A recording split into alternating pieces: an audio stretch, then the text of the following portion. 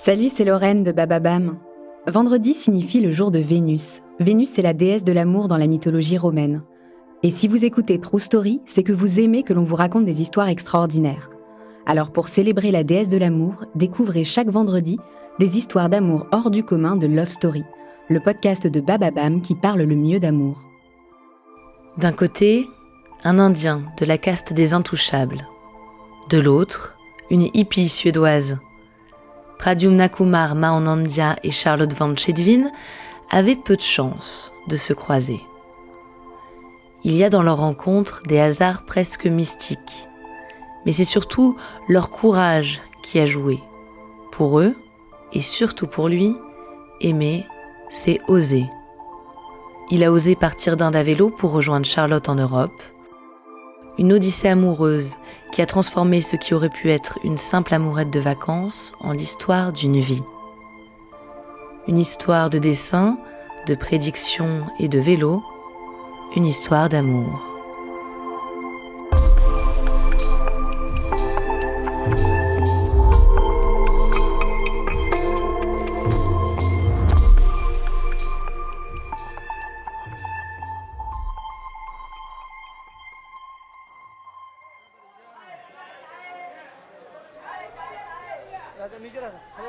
« 1975, Delhi. Pradyumna Kumar Mahanandya dessine les passants sous la fontaine sacrée de la place Connaught. Cet emplacement, il l'a obtenu grâce à la finesse de son coup de crayon et une bonne réputation dans la presse locale. Le dessinateur peut être fier, il vient de loin. Il a grandi dans un petit village de l'état de l'Orissa et appartient à la caste des intouchables, le plus bas échelon dans la pyramide sociale indienne. Toute la journée, il voit défiler les visages, les uns après les autres. Un soir d'hiver, la jeune femme qui prend place devant son chevalet l'écarte de sa routine.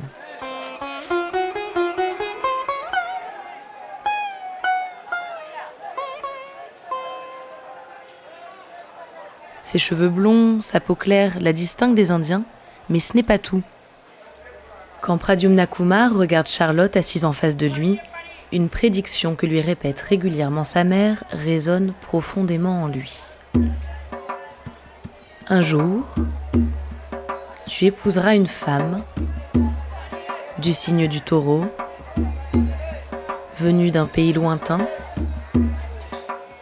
qui aimera la musique et qui détiendra une jungle.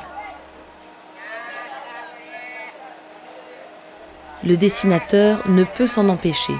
Il faut qu'il lui demande, il faut qu'il sache, quitte à paraître indiscret. Charlotte ne s'offusque pas de ces questions. La jeune femme est de nature curieuse. C'est une aventurière. En plein cœur des années 70, elle parcourt avec ses amis le Hippie Trail, une longue route de l'Europe vers l'Asie, jusqu'à la Mecque des routards, Katmandou. Elle répond donc. Elle est bien taureau. Elle vient de Suède. Elle aime jouer du piano. Et sa famille détient non pas une jungle, mais une forêt.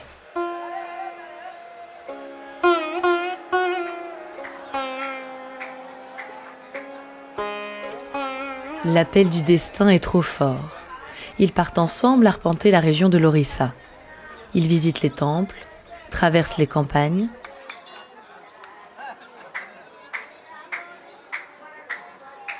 Dans le village du jeune homme, ils reçoivent la bénédiction familiale et se marient selon les traditions tribales. Mais Charlotte doit rentrer en Europe. Elle fait promettre à son nouvel amour de la rejoindre en Suède. Une promesse que le temps et la distance auraient pu ternir, car Pradyumna Kumar est trop pauvre pour voyager en avion. Mais il est riche de sa détermination.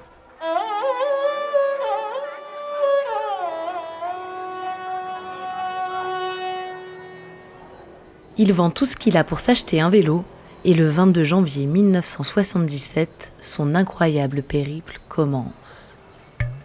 5874 km le séparent de son amour.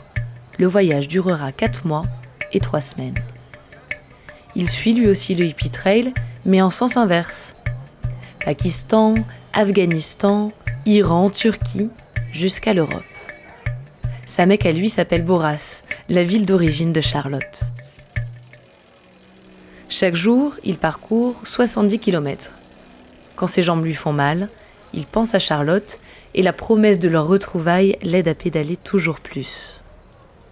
Une fois encore, son art l'aide à survivre. Il dessine des portraits comme à Delhi, en échange de quelques pièces ou de l'hospitalité des passants.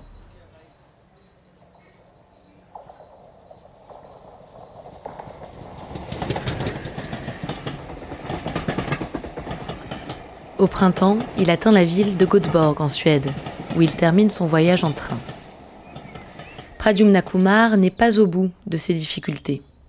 Il découvre un continent dont il ne sait rien. Le choc culturel est fort. Il a du mal à trouver sa place et la famille de Charlotte est difficilement impressionnable. Mais elle est toujours présente. Elle le conseille, le rassure.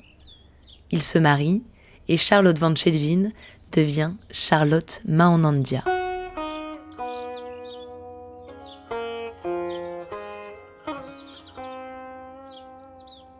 Aujourd'hui, Pradyumna Kumar a 66 ans. Il vit toujours aux côtés de Charlotte en Suède. Ensemble, ils ont eu 2 enfants, avec qui ils ont déjà fait plusieurs voyages en Inde, en avion cette fois.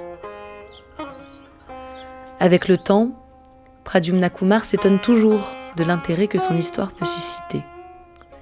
Je ne comprends pas pourquoi c'est si extraordinaire d'être venu jusqu'en Europe à vélo. J'ai fait ce que j'avais à faire. Je n'avais pas d'argent, mais il fallait que je la rejoigne. C'est simple.